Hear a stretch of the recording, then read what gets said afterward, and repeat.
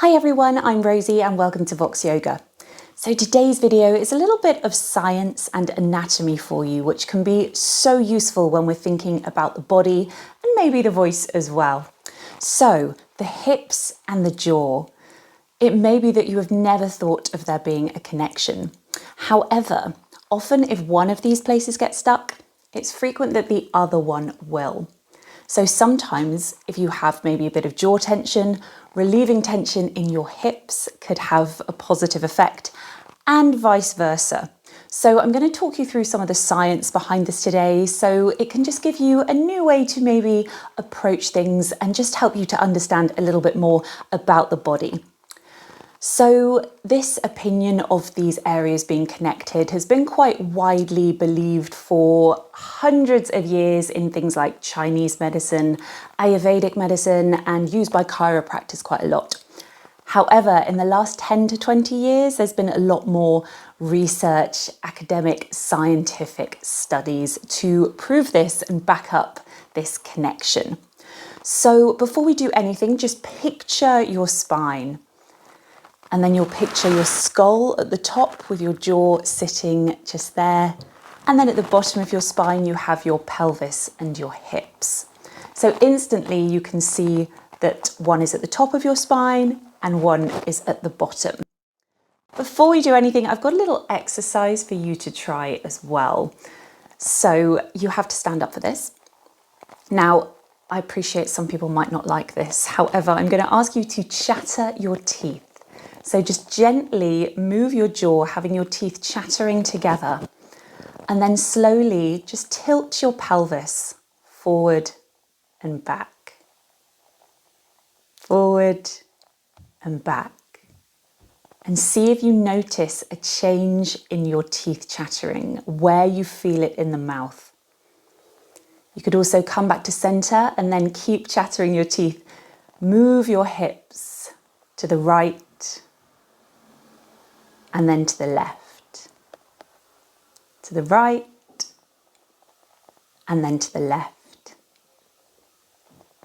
And often you will feel that your teeth chattering shifts to one side of your mouth.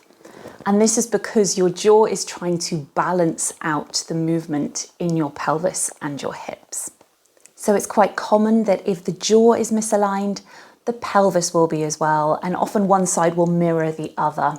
So if your right jaw is feeling a little bit stuck, often your right hip might be a little bit tense. So let's start just thinking about some anatomy, just to show you some references as to how these areas are connected.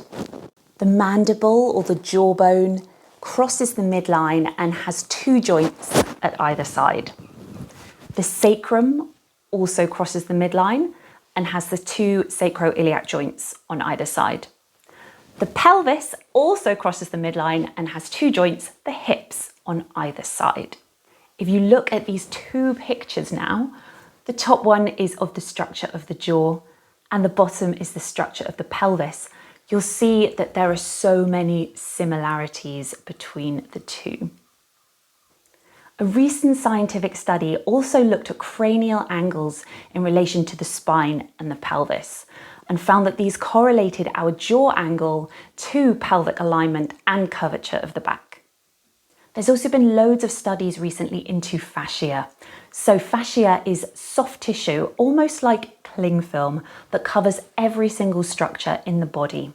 It covers bones, organs, muscles, nerves, joints, all the way from our toes up to the top of the head. And that's why some people will argue that everything is connected. However, there have been studies again that show that there is a direct relationship between the pelvis and the jaw in the superficial front line and the back line that the fascia runs through.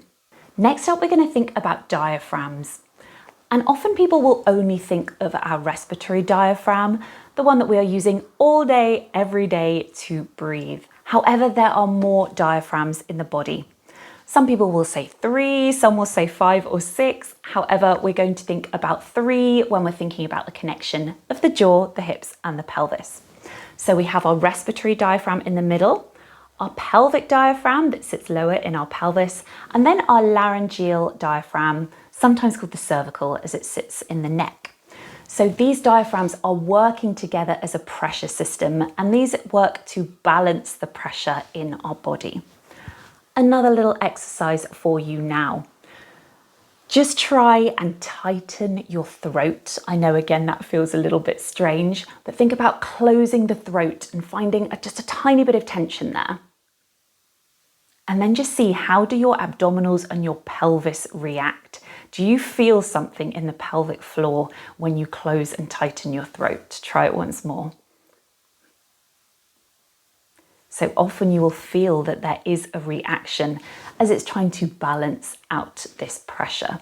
Women are actually 90% more likely to have problems with the pelvic floor, which then often translate into hips and then problems in the jaw. It's actually often spoken that during childbirth, it's much better to keep a soft jaw. Because of these systems working together, it's much easier to relax the pelvic floor and give birth naturally if the jaw is soft. And the final thing I want you to think about of how these areas may be connected is that they are places that tend to hold stress, and particularly a lot of emotional stress as well. I'm sure you've all found that if you are feeling anxious, or maybe you're even just concentrating or really focused, we often tend to grip the jaw. It's also really common that we will hold a lot of emotional tension in our hips as well. Also, if we're feeling a little bit more stressed or very busy, if we're working a lot, we tend to be sat down. Maybe during the pandemic, we've been sitting down a lot more. Our hip flexors will tend to shorten if we're sitting down for quite a lot of time. And also our neck flexors as well. We might put our neck in strange positions while we work and we sit. So it's quite common that these two areas together would just hold a lot of stress, maybe emotional, maybe just tightness. So it may be that you hadn't thought about these connections before, but it may make you approach things in a slightly different way. I'm not saying that, oh, you've got jaw tension, therefore, if you stretch your hips, it will magically go away. However, it may be that if you do a bit of work on the hips, your jaw might start to free up. And again, if you've got really tight hips, thinking about relaxing the jaw might help to free the hips as well. It's something to try. Although this video could be relevant to anyone, I do work primarily with singers. And of course, we do not want to have a tight jaw. All those muscles are so closely connected to the larynx, the vocal folds, the tongue. So if you do find that you have a tight jaw, doing some yoga to help free up the hips could be really, really useful. I've got a flow that you can check out, and also some great yoga poses are happy baby, low lunge, pigeon pose, or reclined bound angle. If you're someone that found this video because you have particularly tight hips, trying some really gentle jaw massages, just self-massage to release the jaw is really useful. Again, I've got a video that could help you for that.